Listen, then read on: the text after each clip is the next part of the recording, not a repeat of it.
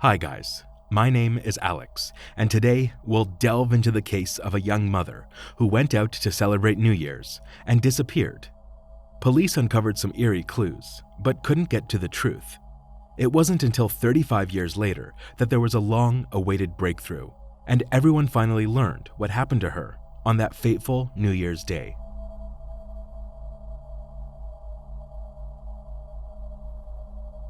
Tanya McKinley was born on January 25, 1961, in the small American town of Milton, Florida. Growing up in a loving family, she shared a close bond with her older sister. They enjoyed playing outside together, skateboarding, and bowling. After finishing high school, Tanya decided to move to Pensacola, about 25 miles away from her hometown. She wanted to explore the medical field and focused on one of the quickest professions to enter: a medical transcriptionist.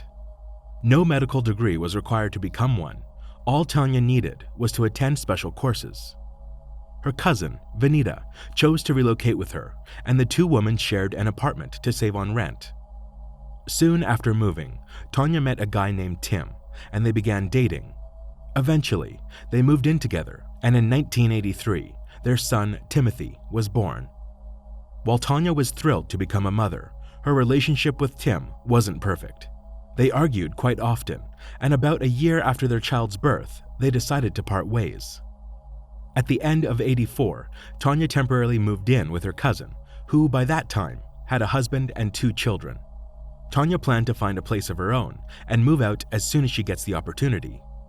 On December 31st, Tanya, along with Vanita and her husband, decided to celebrate New Year's Eve at a local bar. They left their kids at a late-night daycare and set off to ring in the new year. They had a lively evening, filled with laughter and dancing. Tanya also saw a lot of familiar faces at the bar. When midnight struck, they welcomed the new year of 1985, and Vanita, with her husband, prepared to head home. The daycare, where they had left their children, was closing at 1 a.m., giving them just 1 hour to pick them up. But Tanya wanted to stay at the bar a little longer. Given that her sole focus had been on work and caring for her son for the past 2 years, this was her only opportunity to unwind and relax, so she didn't want to miss it. Tanya asked her sister to pick up her son from the daycare, and Vanita agreed. Since they lived together and Vanita had to collect her own kids, it wasn't a problem. Before parting ways, Vanita asked Tanya how she planned to get home since they had arrived at the bar in their car. But Tanya assured her that she would easily find someone to give her a ride, considering the fact that there were many familiar faces at the bar. On the morning of January 1st, Vanita woke up and, to her surprise, realized that Tanya had not returned yet. It seemed odd since she should have been back long ago. Vanita thought that Tanya might have gone to stay with one of her friends, so she wasn't overly concerned initially. But everything changed soon after. Vanita's worried mother-in-law knocked on their door, delivering the shocking news. Tanya had been found dead. That night, around 3 a.m., a Pensacola resident and her daughter headed to a vet clinic due to some urgent health issues with their dog. However, as the woman left home, her daughter noticed something strange on the roadside. She thought it was a mannequin and mentioned it to her mother. The woman decided to take a closer look and was horrified to realize it was a human body. She immediately returned home and called the police. Officers arrived at the scene and found the body of a young woman lying in an empty lot near the road. Her tights were pulled down, the dress was lifted, and her shoes were missing. Next to the victim, they discovered a blue towel with red stains resembling blood. Police identified the deceased as 23-year-old Tanya McKinley. A few streets away, they discovered her shoes, along with a purse containing an ID in her name. The body was handed over to medical experts, while investigators continued to examine the crime scene. It was quickly established that the victim was likely killed elsewhere. There was no blood near her body except for the towel stains, and there were traces on the ground indicating that the body had been dragged from the road towards the roadside. On the towel and the victim's body, police found their first potential leads. There were several human hairs, as well as pubic hairs and dog fur. They assumed that the first 2 samples belonged to the killer, possibly someone with a dog. Medical experts determined that Tanya suffered a blow to the head with a heavy object, but the cause of death was strangulation. They also confirmed that the victim had been sexually assaulted. The experts collected a semen sample from her body, but in those years, DNA analysis had not yet become widely used in forensics. All they could establish was that the suspect had type B blood. Considering that these clues didn't lead detectives to the killer, they began compiling a list of potential suspects. Their focus initially shifted to Tim, the victim's ex-boyfriend. Speaking with Tanya's relatives and friends, the police learned about the issues in their relationship and constant arguments both before and after the birth of their son. It turned out that when Tanya decided to end the relationship, Tim was against it. He didn't want to part ways with Tanya and continued trying to persuade her. Tim consistently called Tanya, visited her, and behaved as if he couldn't accept the breakup. Investigators considered that on New Year's Eve, Tim might have followed Tanya to the bar, leading to a confrontation that ended in murder. They brought the man in for questioning, but he denied any involvement. Tim also agreed to provide hair samples. Although experts couldn't extract DNA from them, they were able to compare the hairs under a microscope, which would have been sufficient enough to establish similarity. However, Tim's hair significantly differed from those found on the victim's body and the towel. Based on this fact, he was temporarily ruled out as a suspect. After that, detectives turned their attention to everyone who was present at the bar on New Year's Eve. They questioned Vanita about any individuals who might have behaved strangely or aggressively towards Tanya, but she insisted that the evening had passed without any incidents and proceeded very well. The police also discovered that after breaking up with her boyfriend, Tanya briefly dated a man named Kurt. He happened to be the bartender at the same bar where she celebrated the New Year, and it was his shift that night. They spoke with Kurt, but he claimed no involvement in the murder. According to him, after finishing his shift, he went to a New Year's party with friends. Investigators interviewed his friends, leading to an intriguing discovery. They confirmed Kurt's presence at the party, but said that he didn't arrive immediately after ending his shift at the bar. Gathering all the testimonies, police concluded that theoretically, Kurt had enough time to commit the crime. Through multiple interviews with individuals from the bar, detectives determined that Tanya was last seen alive at 1:15 a.m. However, no one witnessed her leaving the bar. The police also interviewed residents in the area where the body was found. One family recalled driving by that spot around 2 a.m. and stated they were certain there was no body. Investigators established that Tanya was killed within a little over an hour and a half from the last time she was seen alive, and Kurt didn't have a solid alibi during this specific time frame. He agreed to a polygraph test, and the results were inconclusive, showing deceptive answers to some questions. But the lab experts determined that Kurt's blood type did not match the blood type of the killer, as identified from the semen sample, so the man was eliminated from the list of suspects. Police continued their search for other potential suspects, but their efforts led to dead ends. The analysis of the killer's semen wasn't possible, and they lacked any substantial evidence or witnesses, quickly hitting a dead end in this case.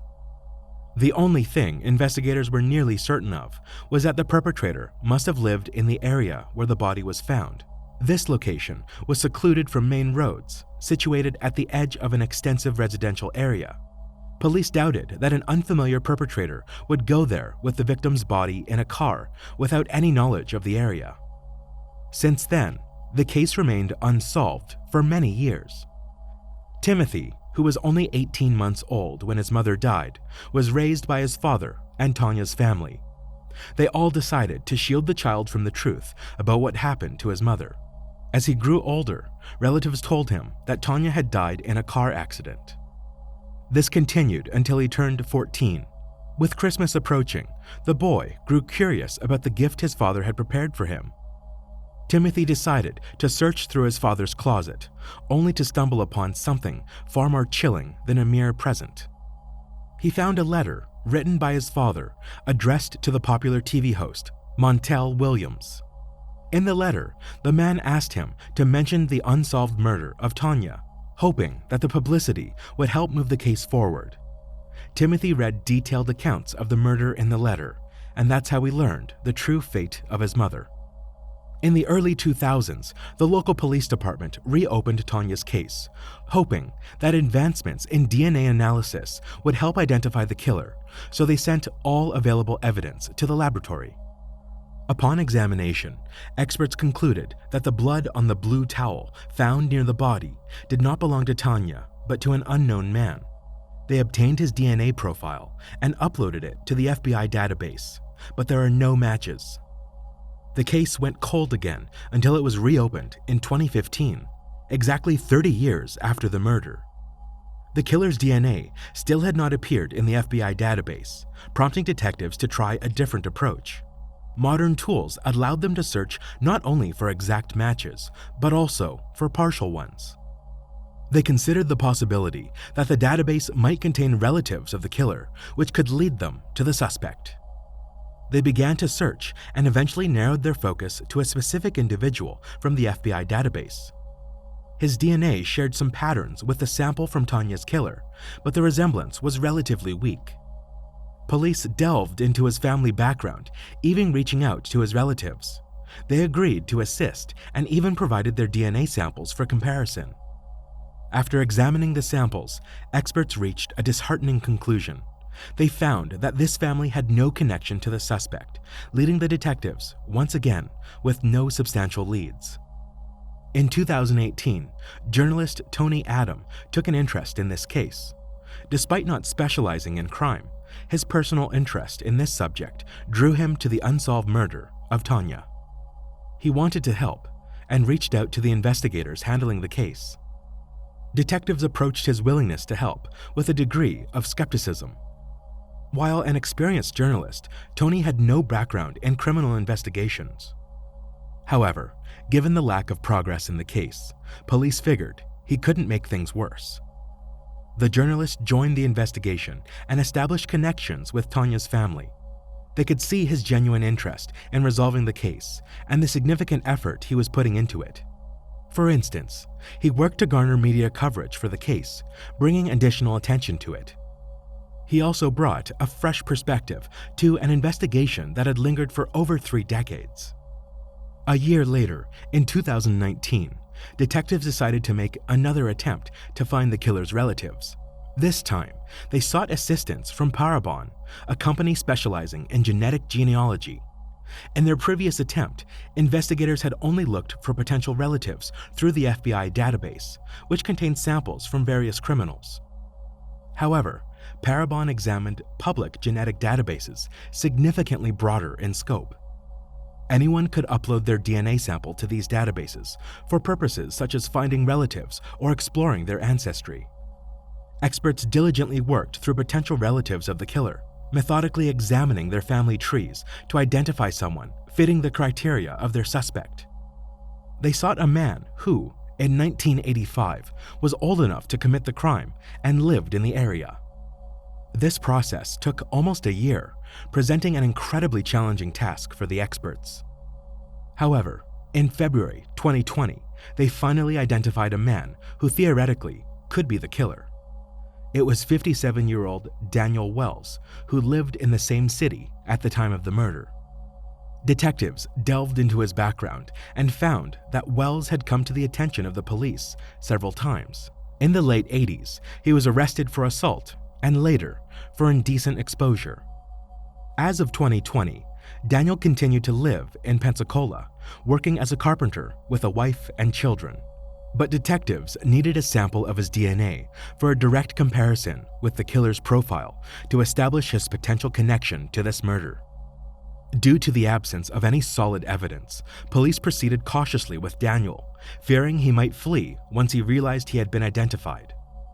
They put him under surveillance, and soon the police got an opportunity to obtain his DNA. Daniel threw a cigarette butt out of his car window near his workplace. Investigators seized it and immediately sent it to the lab. Experts extracted DNA from the saliva on the filter and compared it with the killer's DNA from Tanya's case. The result showed a perfect match. 35 years later, the police finally identified the perpetrator, and on the same day, he was arrested. Despite having the results of his DNA analysis, investigators wanted to obtain a confession from Daniel. So they chose to proceed cautiously and refrain from revealing all their evidence at once.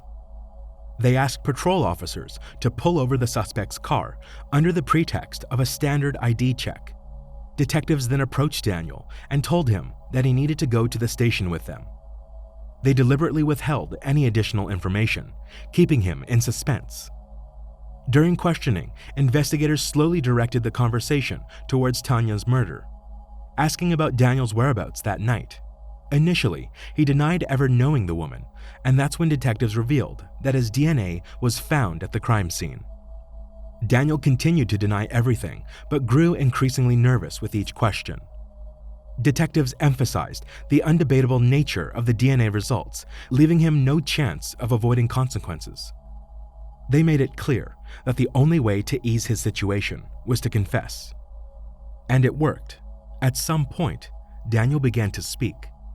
Initially, he tried to justify the presence of his DNA by suggesting that he might have had sex with Tanya on that night.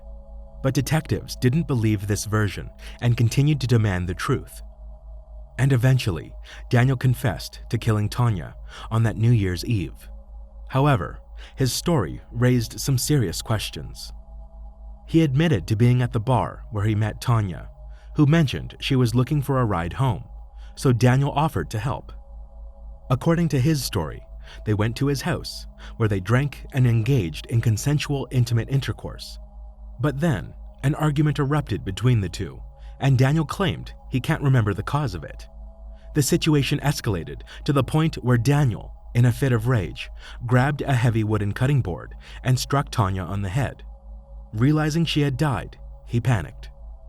Daniel took her body to the location where it would later be discovered and left it there. On his way back, he disposed of her belongings and returned home.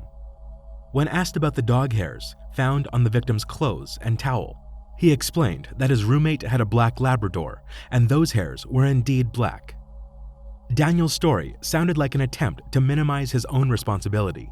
It was hard to believe that Tanya willingly engaged in consensual sex with him, only to have such a severe argument minutes later that led to her death. He also claimed that she died after the blow to the head. However, medical experts had undeniable evidence that the cause of death was strangulation. A more plausible scenario would be that Daniel attempted to assault Tanya and she resisted. He then struck her on the head, but quickly realized she was still alive, leading him to strangle her. Despite the fact that the suspect's confession probably didn't align with the actual events, the detectives had everything they needed. Daniel was arrested on charges of murder and placed in custody. Right after that, investigators contacted Tanya's relatives, including her son, to deliver the long-awaited news. Timothy couldn't hold back his tears and thanked the police for finally finding his mother's killer. However, Daniel wasn't destined to face a judge and serve time for his actions. Just 2 weeks after his arrest, his lifeless body was discovered in his cell. The examination indicated that he had taken his own life. Tanya's relatives were disappointed by the fact that the murderer had escaped the prospect of spending decades behind bars. Nevertheless, in the end, they found some closure in knowing that, after 35 long years, the case was finally solved. Alright guys, share your thoughts on this story in the comment section, and don't forget to hit the like button and subscribe. Thank you for watching.